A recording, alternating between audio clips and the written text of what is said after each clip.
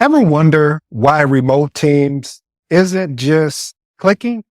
What can clear communication and unstoppable productivity do for your remote team? In today's episode, we're going to talk about transforming your workflow. I guess that's a workflow.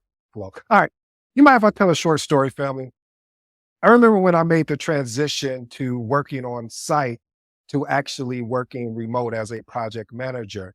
And right away, there was a huge adjustment and I had to pick up on it fast. See, normally when you're on site, if someone didn't answer an email or didn't join a meeting, you could walk out the meeting and go to their cube or their office and say, "Hey, are you joining the meeting?" Or if you needed something from them, you can go over to their cube or their office and say, "Hey, I sent you an email. I messaged you. Is everything okay? Is there something that's taking a priority?" And when you work in a remote type situation, I had to learn how to be more persuasive. I had to learn how to use sales, marketing. This is why I talk about thinking outside of the whole project management realm, thinking about marketing, thinking about sales. And I also had to learn how to be patient on responses. And that's challenging as a project manager because there's always, when you want to be exceptional, there's a sense of urgency because you need to get that answer from them because maybe someone else on the team is waiting for the answer. And the last and final thing that I learned in this process was the escalation journey. Yes. Normally when you're on site and you need to escalate something, you can go and grab those people and pull them in a room and we can have that conversation. Now you have to set up a meeting and hoping that they'll join. And if they don't join, and then trying to figure out how you can get them on an actual call. So in today's episode, I'm going to address some of the things that helped me in my journey. Point number one, establish a clear communication protocol. Again, establish a clear communication protocol. Family, you have to define when, where, and how your team communicates. This is important because clear protocols reduce confusion and set expectation. I always talk about the lack of expectation really creates frustration. So we have to ensure everyone is aligned regardless of the actual location. Here's my actionable tip. Create a communication charter outlining primary channels for existence. Are we going to use Slack? Are we going to use Team? Are we going to use email? Is it going to be a formal communication? All of these things you want to keep on a document so you can be aligned with the remote team. And then what are the expected responses? Hey, if I escalate something, what is the timeline as far as to get a response from a particular project team member? Or if it's not an escalation, but it's still a high level concern, what does that look like? Point number two, emphasize outcome over process. This is why I love what the Agile values talk about individuals and interaction over processes and tools. And so when you emphasize outcome over process, you focus on what the team achieves rather than how they achieve it. A lot of times we want to dictate to say, hey, it needs to be achieved this particular way. But as a project manager, I don't care how you get there as long as it's ethical, first of all. But if you get the job done and you execute, then what does it matter? Because we care about the end goal. It's important because remote teams benefit from autonomy, which can drive innovation and satisfaction. Here's my actionable tip. Clearly define the deliverables and allow for flexibilities in the work methods. Provide outcomes, provided outcomes are met. That is key, family. If outcomes are not being met, then we need to really adapt and pivot, because if we don't adapt and pivot, then we're going to continue to allow the same actual behavior. Point number three, schedule regular check-ins. Hold daily or weekly virtual meetings to keep everyone updated. This is important because when regular check-ins help address issues promptly and maintain a sense of unity. I also seen the reason why this is so powerful, because you may have some people on your team that may not speak up a lot and may hold on to a problem longer than it needs to, or watch this, family, try and solve it on their own because they're so used to having to solve it on their own and not realizing they have a really good team that has their back. Here's my actionable tip. Do 15 minutes. You know the formula. What did you work on yesterday? What are you working on today? What are the impediments? Now, if there's any impediments or basically if that translate to any problems, we do not try to solve it in that 15-minute status update. I can even say 10 minutes if possible, but we're not trying to solve it there. We'll connect with that resource or resources to take it off of so we can let the rest of the team get back to work unless we need the rest of the team to solve this particular impediment. Use a structured agenda and rotate meeting leadership to encourage engagement. This is, family, this is one of those things where as a project manager, you find yourself doing the majority of the talking, but it's always great when you can rotate that leadership, because if you're out, the meeting still goes on. If you're out, you still have backup support to help guide and lead the team, and you should be able to jump right back on just like if nothing ever happened. When I've been in situations where I've been doing all of the talking, if you can't tell, yeah, I love to talk, but I still want to have it where I can find out what else is going on with the rest of the team. Quick call to action for you, family. Please share your experiences with remote communication in the comments. I'm just curious to see what your thoughts are or any related video topic you want to know about or episode. Point number 4, develop a virtual open door policy. See, this encourages team members to reach out at any time with questions and concerns. One of the things I used to do is I would have what I call, virtual office hours.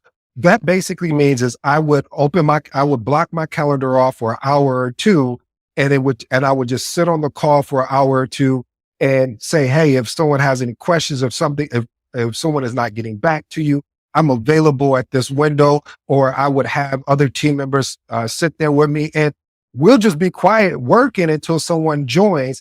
And this, what this does is that we're able to solve issues faster because we have individuals there. This also promotes a supportive environment and quick problem resolution. When you work in a supportive environment, this is like a peace of mind, and you don't want to take that lightly because of the fact of you're able to resolve things. You have team members watching each other's back. You're providing criticism, not to tear you down, but to build you up, to ensure that that collectively we can move forward. Here's my actionable tip. I always use this as saying, informal way. I may ping someone and say, hey, just saying hi. And hey, would you mind jumping on a quick call? Just wanted to touch base with you. Now it goes from a just saying hi to more of an informal conversation. So if anyone is listening that I work with and that I used to do, that's why I used to do it, because I seen how important it was. And I don't go jump right into the project. I may ask questions. Hey, how's the family? Because again, I'm building rapport with my project team. I'm asking those questions outside of work. So that way it gives me a window in or a pathway in to have a discussion. Point number 5, prioritize time zone management. As I say, we work in a global environment. We're not in a domestic environment. So working in a global environment, we must be mindful of team members' local times when scheduling meetings and deadlines. This is important because when you respect time zone, it avoids burnout, and we ensure that it's equitable participation. Here's my actionable tip. Use scheduling tools that display team members' local times and rotate meetings times when it's possible. Just because you're in the States, that doesn't mean we need to meet at the state time. You need to be flexible. You need to be adaptable because everyone is making adjustments, because we want to make sure that no one gets burnt out and eventually either quits, or as they talk about quiet quitting, where they're at the meeting, but they're really not there at the meeting. Point number 6, create a central repository for documents and resources. Maintain a cloud-based library where all project documents are stored and updated. You also want to make sure you have some type of password or some type of security around it, because you don't want everyone having access to this information. This is important because the central repository ensures every team member has access to the latest information. One of the things I used to do was basically when I would do a meeting recap, I would upload it to the repository, to the cloud repository, whether that was SharePoint, whether that was Box, whether that was Dropbox, whatever it was, I would put it there, because if someone was out or if someone was unable to make the meeting, they would have access to that information. Here's my actionable tip. Regularly audit and update the repository and establish version control practices. Point number 7, Establish escalation paths for issues. Message, if you're new to the episode, anytime I say message, this is something you want to pay attention to. I promise you want to lock in. Because family, one of the things when you work remote, the escalation path hits a little bit different than when you're on site. Let me translate what I mean by that. That basically means is when you are on site, the escalation path is a little bit easier, in my humble opinion, versus when you're remote, because now it's more emails or is more Teams or Asana, whatever that particular instant messaging communication that you leverage. So being able to define clear procedures up front will help you in your escalation process. Knowing how quickly to quickly address challenges reduces project delays, frustrations, as well as miscommunication. Here's my actionable tip. Document, because what document beats what? Conversation. Document escalation protocols in your team handbook and review them during onboarding sessions. Point number 8, maintain flexibility in work schedules. Recognize and accommodate different work habits and peak productive times. We addressed this before, but flexibility leads to improved morale, better work-life balance, and higher productivity. My actionable tip: encourage team members to share their preferred working hours and adjust meeting accordingly.